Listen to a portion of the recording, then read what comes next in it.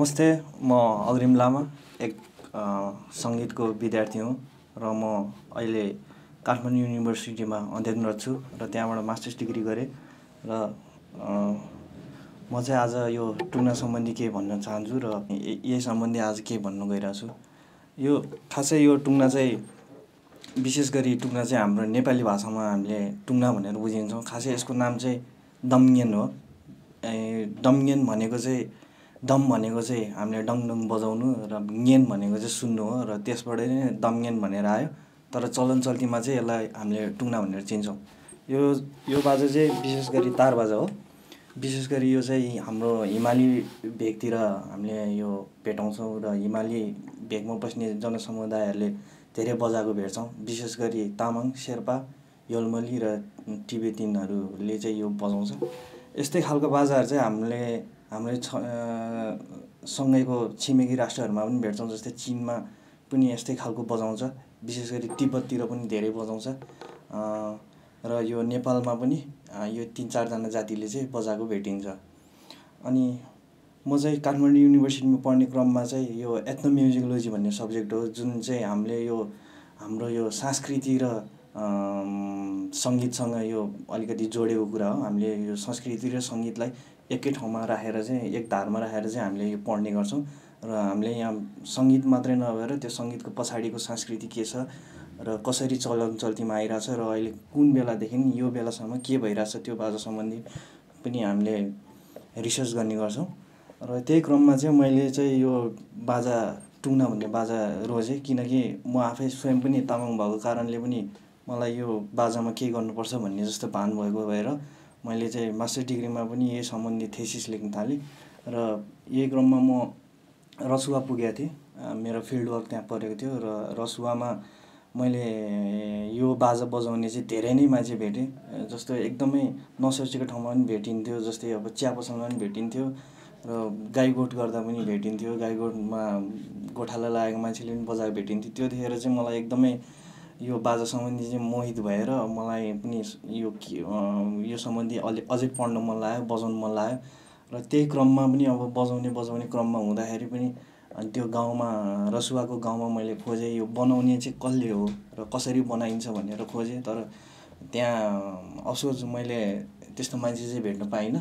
कोही विदेशमा हुनुहुन्थ्यो कामको सिलसिलाले, कोहीले यो प्रोफेसनै छाडिसकेको त्यस्तो अवस्थामा भेटेँ र पुनः म काठमाडौँमा आएर चाहिँ यो बाजा बनाउनुपर्छ भनेर चाहिँ म करिब 1.5-2 वर्ष भयो म अहिले यो बाजा बनाउनतिर लागिरहेको छु र यसमा अलिकति एक्सपेरिमेन्ट पनि गरिरहेको छु। म पहिलाको भन्दा अलिकति फरक छ। जस्तै तारहरू हामीले पहिला चाहिँ यो बाजामा हाम्रो बाख्राको आन्द्रा सुकाएर बनाइन्थ्यो भने अहिले हामी चाहिँ नाइलन स्ट्रिङ चलाउँछौँ, किनभने हामीले अहिले त्यो पाउनलाई एकदम गाह्रो भएको भएर त्यसको लागि सब्स्टिट्युटमा चाहिँ हामीले यो नाइलन स्ट्रिङहरू चलाउँछौँ र काठको सट्टा यो अलिअलि मोडिफिकेसनहरू भएको छ। यो चाहिँ हामीले अहिले बजाउनको लागि यो नखुसखुस भनेर यस्तो बनाएको छौँ।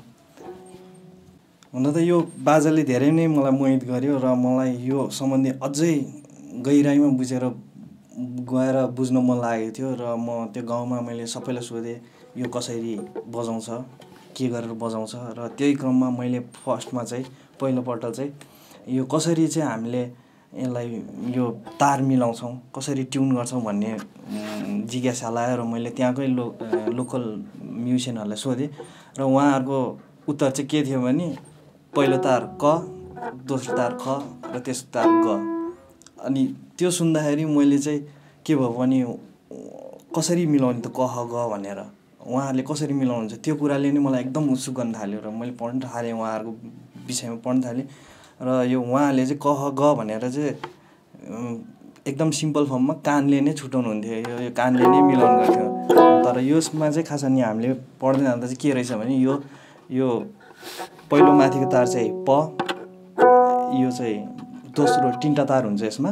3टा तारमा पनि हामीले यसलाई जोडीमा पनि राख्ने गर्छौँ। जोडीमा राख्ने कारण चाहिँ अलिकति ठुलो सुन्छ एउटा तारभन्दा। एउटा तार यस्तो सुन्छ भने 2टा तार अलिक ठुलो सुन्छ, त्यही भएर चाहिँ हामीले यसलाई जोडीमा राख्ने गर्छौँ र यो त्यही भएर यो पहिलो तार चाहिँ प, दोस्रो तार चाहिँ सा भइहाल्यो र तेस्रो चाहिँ म, यसरी मिलाउँछौँ हामीले। यो बाजा चाहिँ विशेष गरी अब एकदम हामीले अरू लुटहरू जस्तै गिटारहरू जसरी त्यसरी मेलोडिकल्ली चाहिँ हामी अलि बजाउँदैनौँ। यो चाहिँ विशेष गरी हामी हाम्रो डान्स हुन्छ, डान्ससँग बजाउने हो र हामीले यसलाई चाहिँ ताल दिने मात्रै काम गर्छौँ। त्यो एकदमै त्यो यो सुर बाजा जसरी नै बजाउने चाहिँ गर्दैनौँ। हामीले यो वाद्य के अरे अलिकति ताल वाद्य जसरी लिने गरेको भेटिएको छु मैले चाहिँ। र यो ताल बाजाको रूपमा बजाइन्छ र यसको साथमा गीत गाउने र नाच्ने गरिन्छ। एउटा ट्युन छ, यो चाहिँ त्यो रसुवा भेगमा एकदमै पपुलर छ। यो चाहिँ म एउटा सुनाउन गएको छु।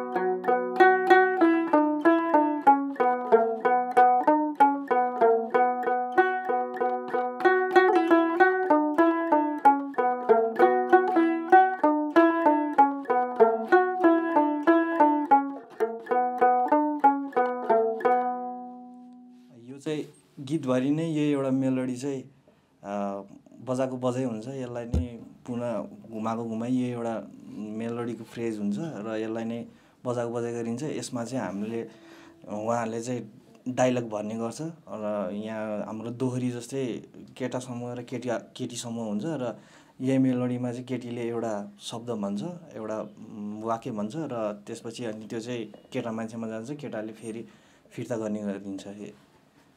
अब अर्को भनौँ, अब यो विशेष गरी त हामीले अघि नै भनिहालेँ मैले, यो अलिकति तालबाजा जसरी दिनिन्छ बजाउने भेटिएको छ। र यो बाहेक यो बाजामा चाहिँ हामीले अलिकति एक्सपेरिमेन्ट गर्दा अहिलेको नयाँ जमानामा आएर के गर्न सकिन्छ, अझै यसमा के थप्न सकिन्छ भन्दाखेरि हामीले विभिन्न किसिमको बाजाहरूको चाहिँ बजाउने तरिकाहरू चाहिँ हामीले यसमा मिसाउन खोजिरहेछौँ र त्यो क्रममा अब एउटा म टेक्निकहरू चाहिँ अलिकति देखाउन गइरहेको छु। एउटा चाहिँ हाम्रो गिटारको जस्तै ह्यामर अन र पुल अफ भन्ने हुन्छ, त्यस्तै नै यसमा पनि गरिन्छ। जस्तै गर्नु यो हामीले यत्तिकै बजाउनु सट्टा उहाँहरूले चाहिँ पबाट तान्ने, यसलाई चाहिँ पुल अफ जस्तो। यो सिधै हामीले यो बजाउनु सट्टा यो गरेर चाहिँ उहाँहरूले मिठास थपिन्छ होइन। यो पनि अब गिटारको एउटा जस्तो हो, यो पनि गर्ने धेरै गरेको भेटिन्छ।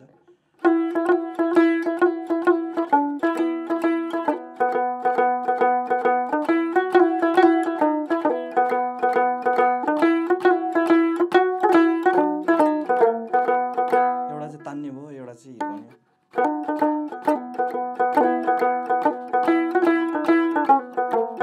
यो भयो।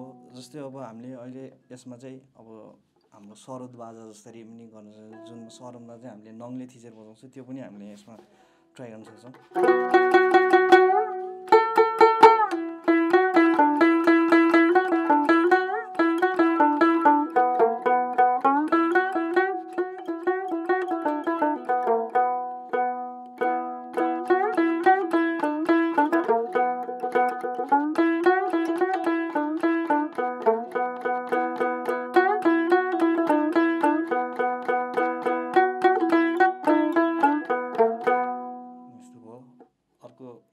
विशेष गरी चाहिँ यो अलिकति हाम्रो यो ऱ्याक टाइम भने जसरी यो बाजा चाहिँ त्यो ऱ्याक टाइममा जसरी बजाइन्छ, जस्तै ऱ्याक टाइम भने चाहिँ स्टाकाटोहरू जस्तो त्यस्तो चाहिँ धेरै नै यो बजाउने मान्छेहरूले चाहिँ बजाएको पनि देखाएको छ।